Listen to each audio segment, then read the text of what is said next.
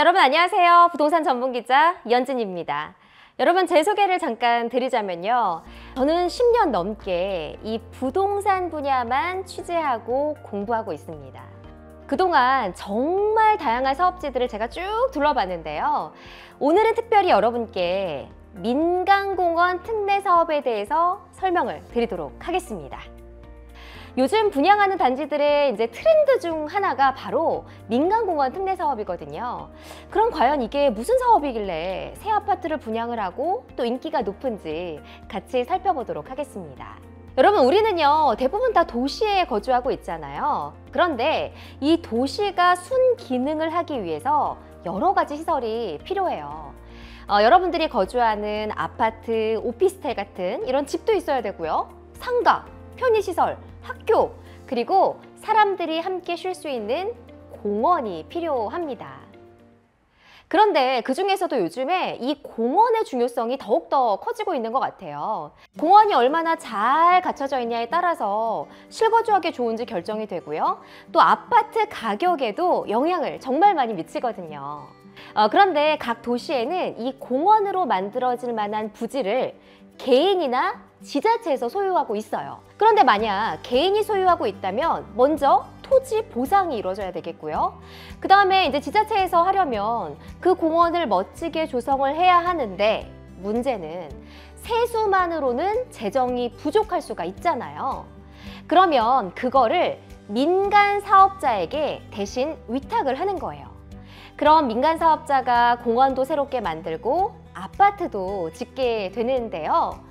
대신에 그냥 그 부지를 무조건 활용하면 안 되겠죠. 부지의 70% 이상을 공원으로 조성을 해서 기부 체납을 하고요. 나머지 30%는 주거시설로 지을 수 있도록 하고 있어요. 이걸 바로 민간공원 특례 사업이라고 하는 건데요.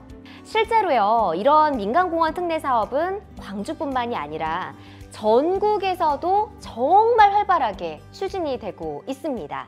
제가 이 민간공원 특례 사업이 전국에서 활발하게 이루어지고 있다라고 말씀을 드렸잖아요. 그러면 왜 이런 사업이 이렇게 많이 진행이 되는 걸까요? 요즘 주거 트렌드를 보면 숲세권, 힐링, 여가, 여유, 자연, 이런 것들이 정말 중요해지고 있고요. 쾌적성을 중요하게 생각하는 분들이 정말 많아요. 막상 내가 집을 살다 보면 주변 환경이 얼마냐, 쾌적하냐에 따라서 삶에 대한 만족도가 달라지거든요. 그런데 여러분, 이 공원 안에 아파트가 있다고 한번 생각을 해보세요. 얼마나 거주하기 편하겠어요. 다만 이 공원은요, 아파트 주민만 이용하게 되는 게 아니고요. 그동안 추진되지 못했던 공원들이 잘 정비가 되면 모든 시민들이 함께 이용할 수가 있게 되는 겁니다. 이렇게 민간공원 특례 사업은요, 사업이 착착 잘 진행만 되면 장점이 정말 많은데요. 하지만 안타깝게도 중간에 중단이 되거나 아니면 주민 반대에 부딪히는 일들이 정말 많아요. 사업의 취지는 좋지만 갈등이 생기기도 하는데, 이러면 사업이 더 늦어지고 또 문제도 발생을 하게 되는 거겠죠. 그래서 제 생각에는요, 추진 속도가 빠를수록 많은 분들에게 이익이 돌아갈 수 있다라는 생각이 듭니다. 자, 그렇다면 여러분, 광주시만 따로 확대해서 살펴보도록 할게요. 9개 공원에서 10개 사업이 추진 중에 있어요. 그리고 이런 민간공원 특례 사업으로 공급될 예정인 세대수만 해도 여러분 놀라지 마세요. 12,000세대가 넘습니다. 그 중에서도요, 중앙공원 1지구가 2,700세대가 넘고요. 송암, 중해공원도 1,000세대가 넘을 정도로 정말 규모가 큽니다.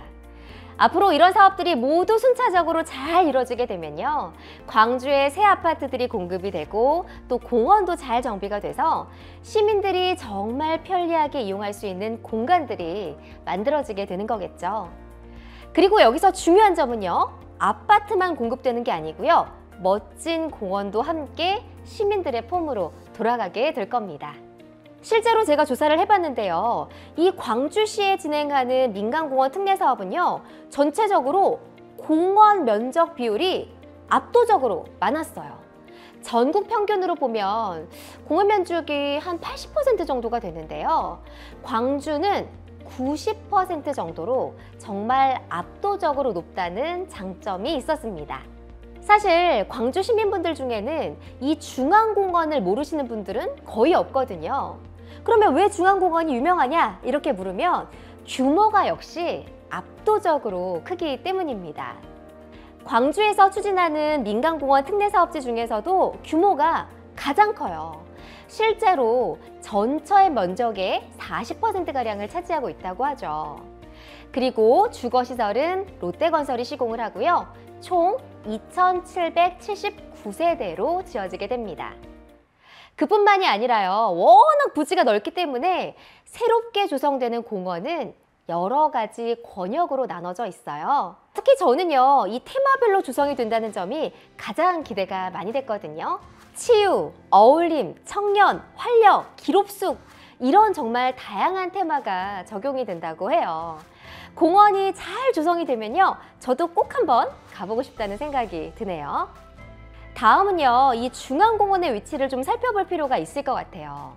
위치가 어디 있냐도 정말 중요한 요소잖아요. 중앙공원은 광주 서구의 중심에 위치하고 있고요.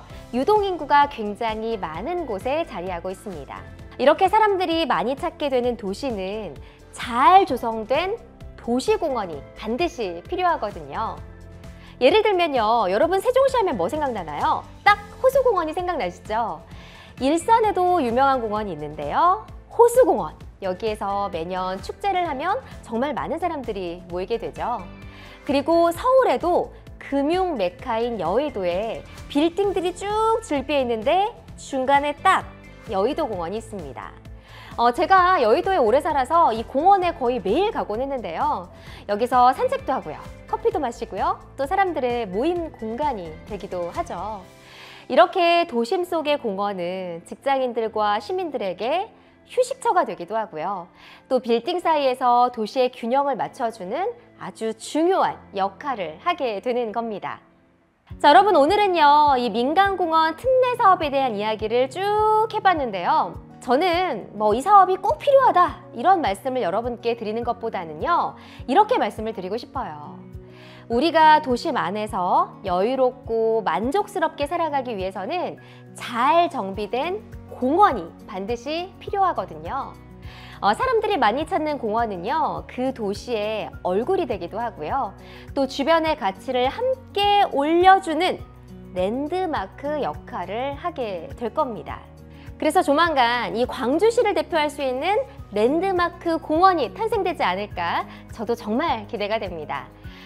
특히 가장 규모가 큰 중앙공원이 완성이 되면요, 저도 바로 광주로 달려가 보도록 하겠습니다.